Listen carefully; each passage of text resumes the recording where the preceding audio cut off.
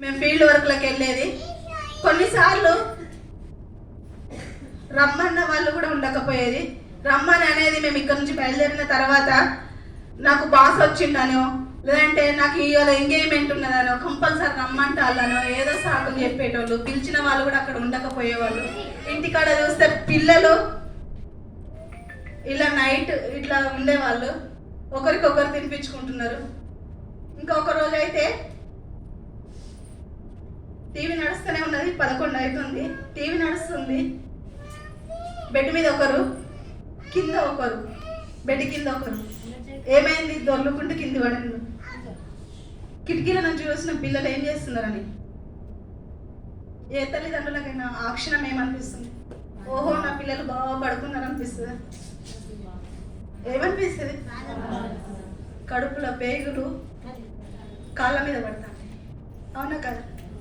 పిలిచిన వాళ్ళు ఉంటారు, అక్కడ చూస్తే పిలిచిన వాళ్ళు ఉండరు. మేము పోయి నా భర్త ప్లాన్ చెప్తా అంటే నేను ఇక్కడ ఎంతో మంది ఉన్నట్టుగా ఫీల్ అయ్యి మేము ప్లాన్ వినేది. నేను నాకు నా భర్తకి నేను ఇట్లా ప్లాన్లు చెప్పుకొని ఎవరు లేకపోతే అలా చెప్పుకొని వచ్చినాం. అలా చెప్పుకొని వచ్చే వరకు ఇంటి దగ్గర పిల్లలు అలా బెడ్ మీద ఒకరు, బెడ్ కింద ఒకరు పడి ఉంటే తల్లిదండ్రులకు ఏమనిపిస్తుంది? అలాంటి పరిస్థితిలో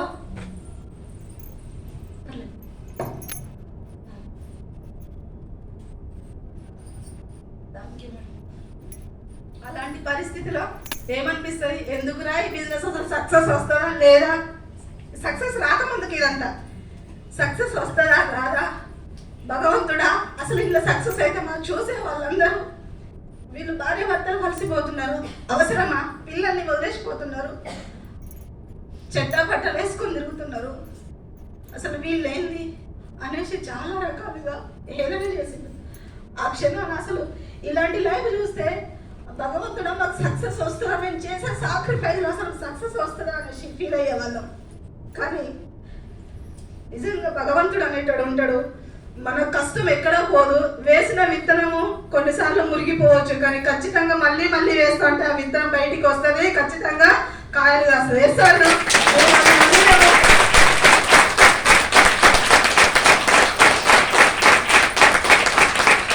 అలా నమ్మే వరకు వేసుకుంటూ వెళ్ళినాము, చేసుకుంటూ ఇంకా ఫీల్డ్ వర్కులలో నా పాప అప్పుడు 7 years, నా బాబు 10 years, ఇప్పుడు బాబు 15 years, పాప 3 years తక్కువ, అంటే 13 years, 12 years పాప. ఇప్పుడు వాళ్ళు నేను ఫీల్డ్ వర్క్లో వెళ్ళినప్పుడు నా పాపని నేను వాళ్ళ ఫీల్డ్ వర్క్కి అయితే ఎక్కడికైతే వెళ్తారో వాళ్ళ పిల్లలు ఉంటారు కదా, వాళ్ళని ఎత్తుకొని నా పాపని చూసుకునేది. ఆ పిల్లలు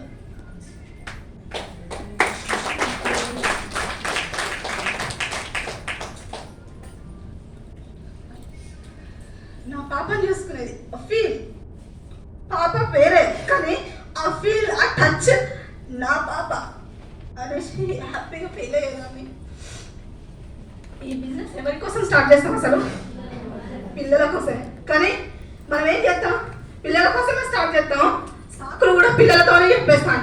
ఇవాళ మీటింగ్ రండి అంటే 10th class ఎగ్జామ్స్ నడుస్తున్నాయి. ఇప్పుడు నా కొడుకు 10th class ఎగ్జామ్స్ అండి, నేను రాలేను.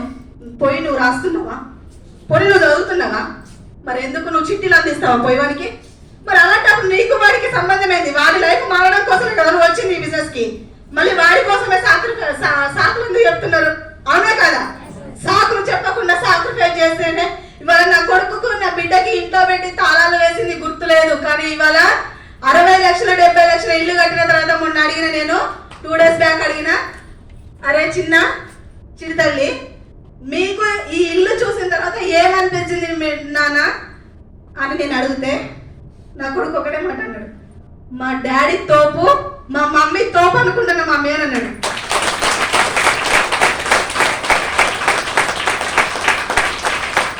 ఎందుకురా నాన్న అంటే, మనం ఒక్క రూమ్ లో ఉన్నాము, మనకు ఇన్ని ఫెసిలిటీస్ లేవు, ఇవాళ ఇంత మంచి ఇల్లు కట్టిల్లు మమ్మీ డాడీ మీరు చేసే పని ద్వారా, కాబట్టి మీరు తోపులు అనేసి అన్నాడు.